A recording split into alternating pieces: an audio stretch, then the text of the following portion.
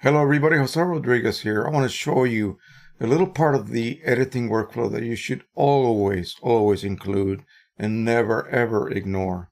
And that is the use of the histogram.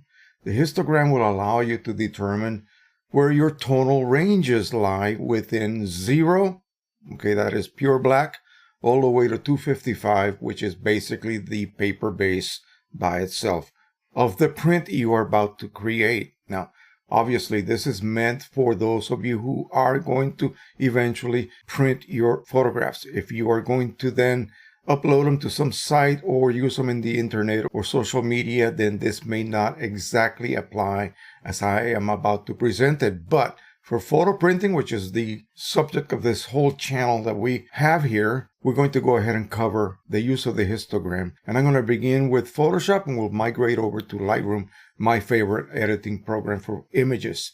All right, so let's move over to Photoshop. Okay, so I went ahead and loaded one of my DNG photos that I took with my Anafi drone. And it may look okay to you, but I think it's a little bit too bright. And I don't think it quite covers the entire 0 to 255 range of tones included in the histogram. Wait a minute. I don't think I see the histogram. In order to see the histogram in Photoshop, you have to go to Windows and then click on histogram. Right there. And now we have the histogram displayed. And as you can see, look, we have detail all the way to the whitest white, which is right here. All of this area here. But really, shadows are just basically gray. Okay, so at this point, you would edit this so that it would look more like this. You see that? This is another one of those shots that I took with the Anafi. This has a more complete dynamic range, but it's still not taking into advantage the dark zone. We're going to look at the control. The control is always this file right here. Ah, look at that. Complete range of tones from black all the way to white. When you print this, it will print correctly. When you print this, it's not going to print correctly because we do not have. The last almost 1/6 of the histogram is not even represented here, and definitely not here at all. Now, assuming that your display is correctly calibrated, what you're going to get is a dismal looking print that will look like this raw image right here. This needs a lot of help. So does this one. And again, it's all about making sure that that histogram is complete. There are ways to do it in Photoshop, but you got to go through a couple of hoops to be able to do the same thing that I am about to display in Lightroom. So let's quickly jump over there and I will tell you exactly how I go about doing this. Let's go ahead and open up the same image. So let's go ahead and treat this one. And as you can see here, yeah, there's nothing. I can stretch that all the way over here. In order for me to be able to see exactly what is being clipped on the highlight region and on the shadow regions, we're going to go ahead and do my old trick that I learned from Anthony Morganti. Bring the highlights down, shadows all the way up, and notice all of my warnings are now gone. So now we have to establish a white point, a true white point. Now, when you have skies such as these, I would not worry too much about getting it all the way down to nothing because that sky has no detail, but if it has a little bit of color, you may want to bring that in. So now we'll do the black. And as you can see, black is beginning to be clipped right about there. Okay, now we can go ahead and increase contrast. And of course, when you do that, you may begin to clip some of the sky. You can go directly up to the histogram and just bring that down. Notice what I just did. Just very quickly brought it down. Now we're going to bring the middle tones, which is what most of this area here covers. Grab this region here and bring it down to something like that. Now, we have distortion. We'll go down here and apply that distortion filter. Boom, boom. We're going to quickly do a vignette of the edges to bring our eye to the center. And that's basically all we're going to do. Very simple. We're not going to even bother sharpening because this has nothing to do with us expanding our tonal range so that it covers the complete histogram. Take a look at that. Now we have a complete histogram right here. This will print neither too light nor too dark, just like that standard image that I showed you earlier. That standard image is displayed with a complete histogram. Look at that. that means that this is never going to print too light or too dark. The moment you begin to try to edit something on your monitor and your monitor may not be correctly calibrated, then you have to rely on this. Because if your monitor is too bright, you're going to accidentally darken the image until it looks correct to you as you visualize it. But here, it will actually be too dark. It will be indicated as too dark. You may actually be clipping the black region.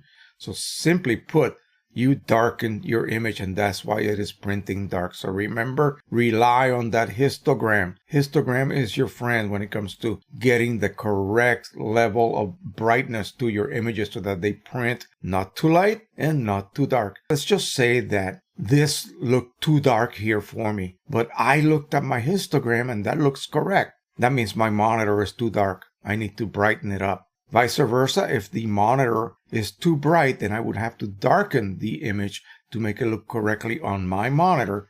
But immediately you would see that you edited it too dark, and it would show up here as a predominantly cutoff of the black zone and possibly not even filling the highlight area here. So again, you're looking for an area that sort of lives right around this zone right here.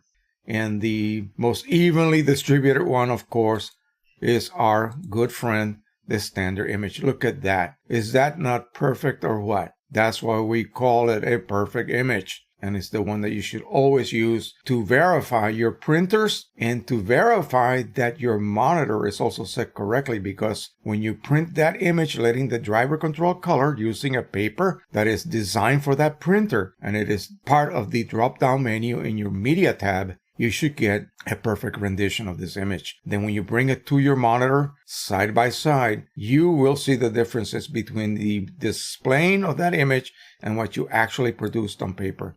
Then you have to go back to your calibration system and adjust so that this matches the output print of this particular image. All right, I hope you enjoyed that. It's really not that difficult, folks. It just takes a little getting used to using that histogram and identifying how it actually works. You will have a red, a green, and a blue channel, and it will then show you the distribution of each one of those colors along the black point, 0, and 255, which is maximum white. Now,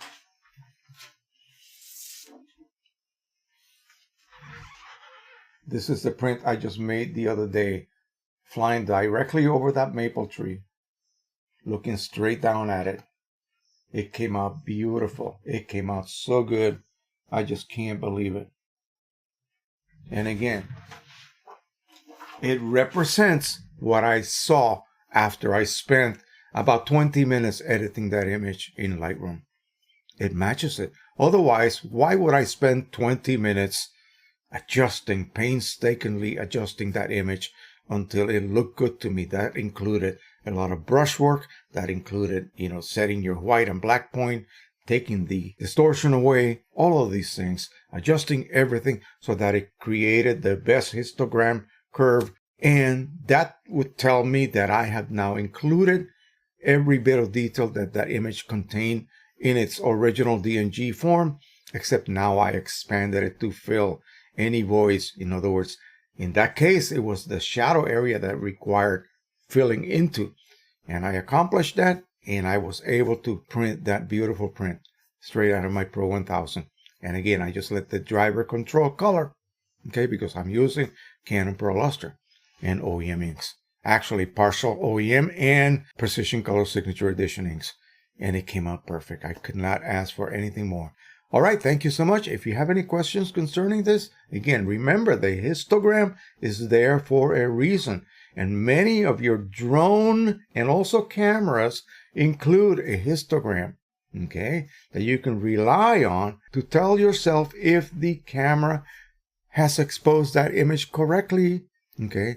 You want to expose, when you're doing your still photography, whether it's drone or camera, whatever you have to do to at least bring the highlights in from having fallen over that cliff, and the blacks in from having falling over that black cliff, if you will, bring everything in.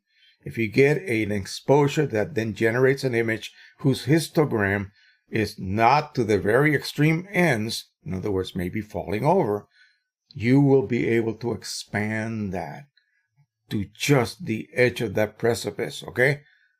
That's the way I like to explain it, and that will guarantee you the maximum dynamic range your camera lens sensor can produce, okay? There's no way you're going to cheat your way out of this unless you're doing multiple exposures and true HDR type blending process. That's the only way that you could actually extend beyond the single image capabilities or the maximum dynamic range, how many steps in f-stops, whatever you want to use, a single shot can cover, okay? Usually it's not going to be that much. It's not going to be as much as Ansel Adams used to do in his photographs for sure. All right. Thank you so much. Keep subscribing, sharing, and liking. Happy printing, everybody. Bye-bye.